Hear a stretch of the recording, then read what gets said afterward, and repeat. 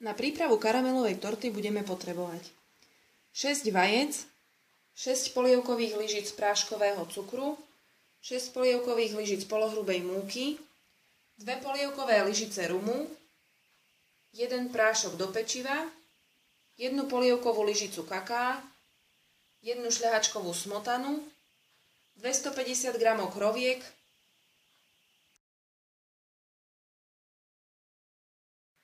zo 6 bielkov si vyšľaháme sneh. Do 6 žltkov pridáme 6 polievkových lyžic práškového cukru. Dáme 1 polievkovú lyžicu kaká, 2 polievkové lyžice rumu.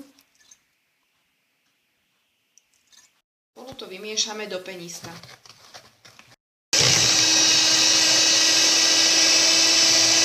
V miske si zmiešame 6 polievkových lyžic polohrubej múky. Pridáme kypriaci prášok a premiešame. Pridáme múku s kypriacim práškom a premiešame.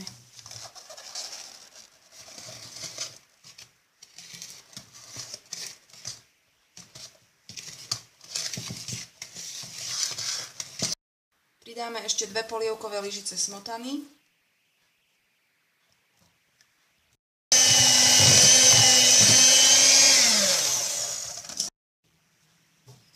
Postupne pridávame sneh.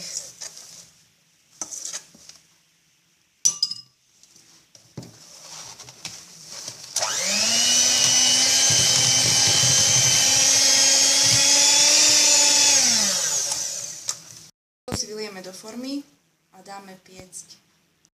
Cesto dáme piecť na 20 až 30 minút pri 180 stupňoch.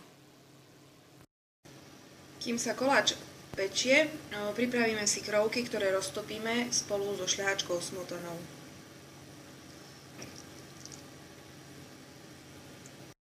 Uvarenú polevu z kroviek dáme na vrch koláča.